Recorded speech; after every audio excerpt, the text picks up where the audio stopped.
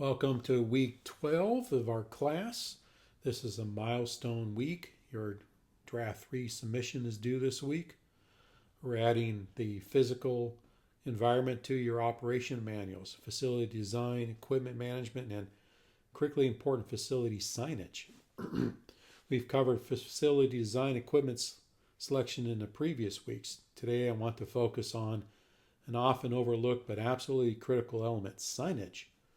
Then we'll discuss how everything integrates into your draft 3 submission.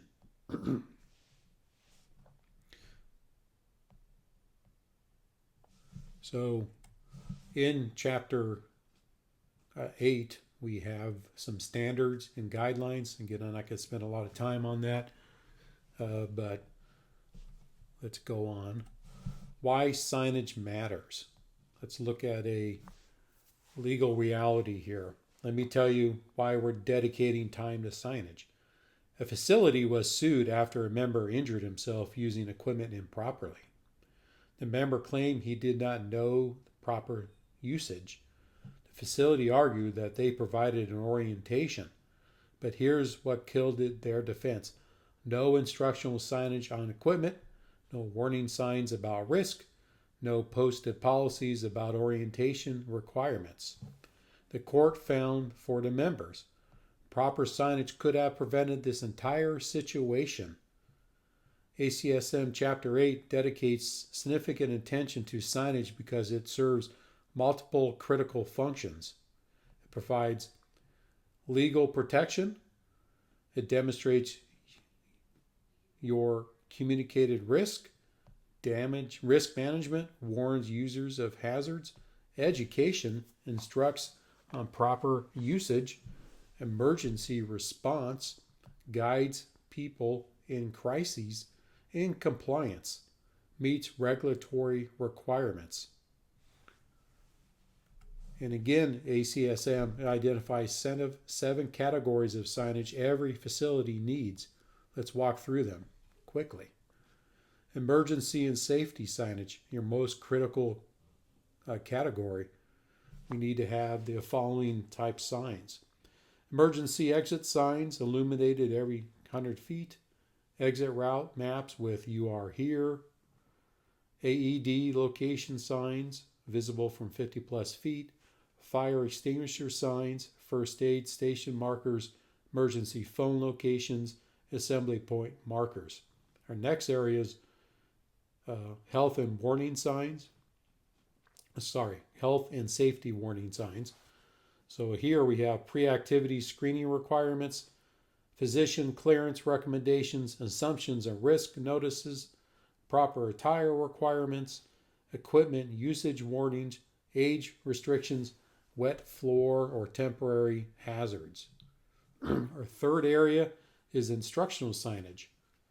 Equipment usage instructions on every machine, muscle group targeted with diagrams, starting positions and movement patterns, common mistakes to avoid, cardiovascular equipment safety procedures, locker room and amenity instructions.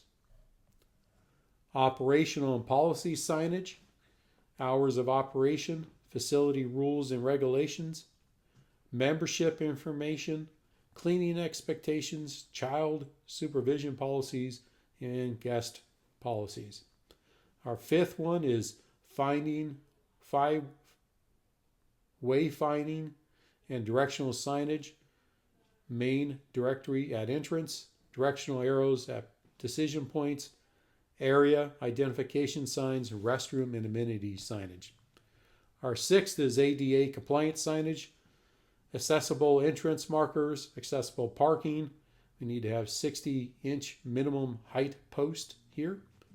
Accessible restroom signs with braille, accessible route directions. This isn't an optional, all these aren't optional. This is federal law. And our seventh signage is maintenance signage. We need to have out of service tags, equipment under repair notifications, and cleaning schedule logs posted.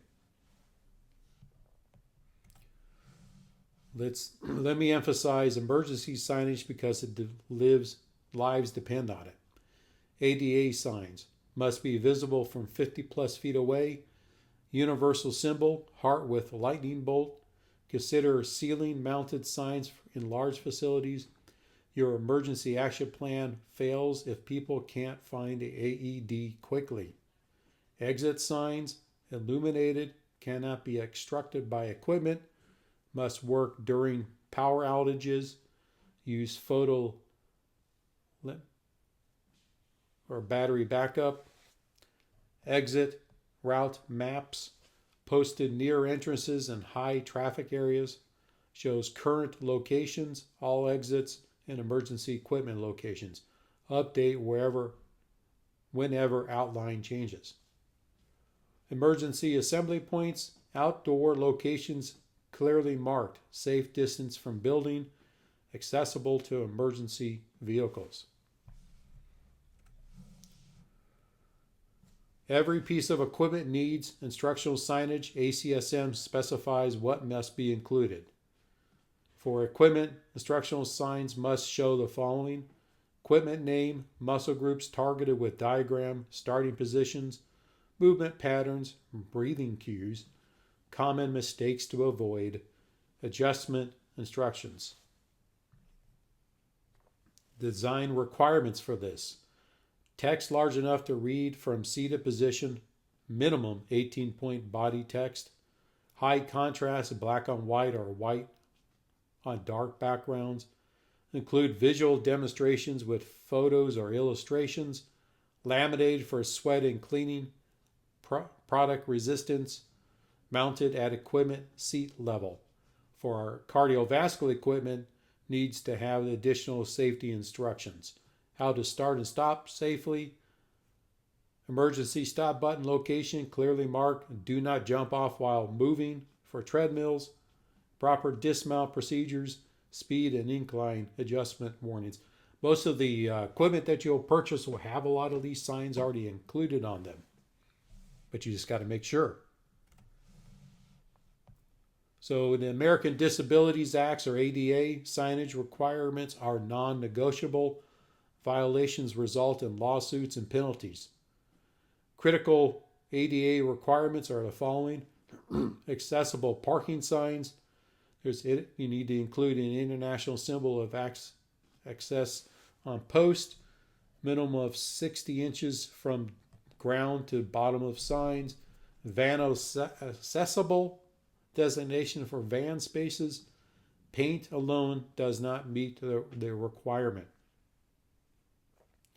Accessible restroom signs must include the following: must have raised or tactile letters, grade 2 braille below text, mounted 48 to 68 inches from floor to center line, latch on the door, not on the door itself, minimum 70% contrast between text and background, non-glare matte finish.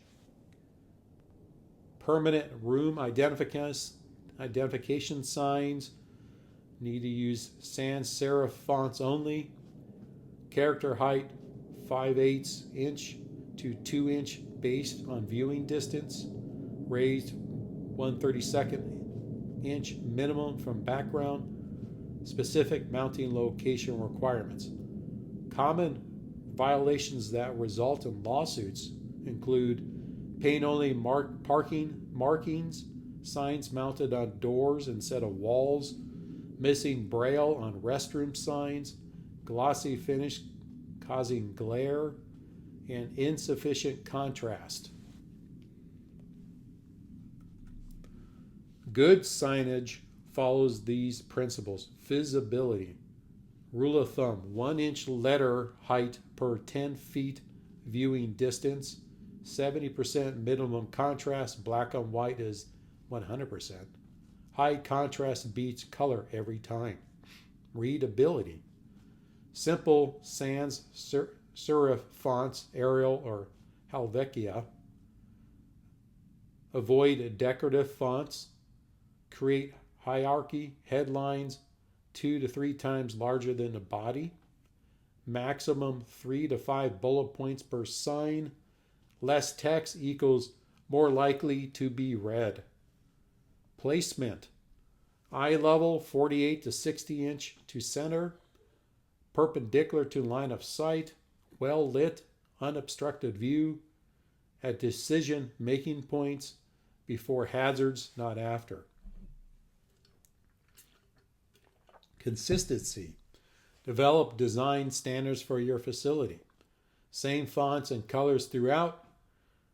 Color code by signs, type. Red equals emergency, yellow equals warning, blue equals information. Professional, cohesive appearance. And lastly, durability. Waterproof materials in wet areas, UV resistant for outdoor signage, impact resistant in high traffic zone areas, easy to clean surfaces. All that is for signage. Now let's talk about your signature assignment, draft 3.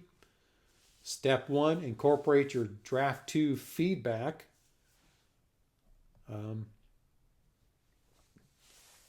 That I have provided you. Step 2, integrate your facility design. That's assignment 10 with upgrades that I've said. Step 3, integrate equipment management, which is assignment 11. Step 4, what you're going to work on this week, is create signage and safety communication section. Step 5, which is also new, develop comprehensive operation policies, new. Step 3, enhance record keeping section. Step 7, document integration and coherence. Step 8, professional document polish, make it look better.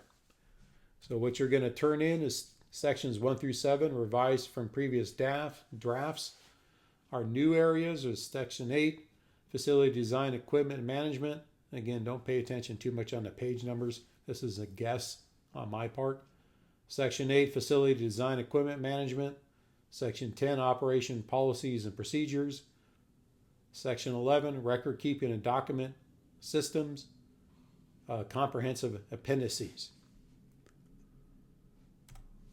Follow the formatting that's on our assignment directions. And remember, this week you're going to be reading chapter 10, encouraging calling, and turn in our encouraging calling reflection in the discussion. And as always, if you have questions, please ask.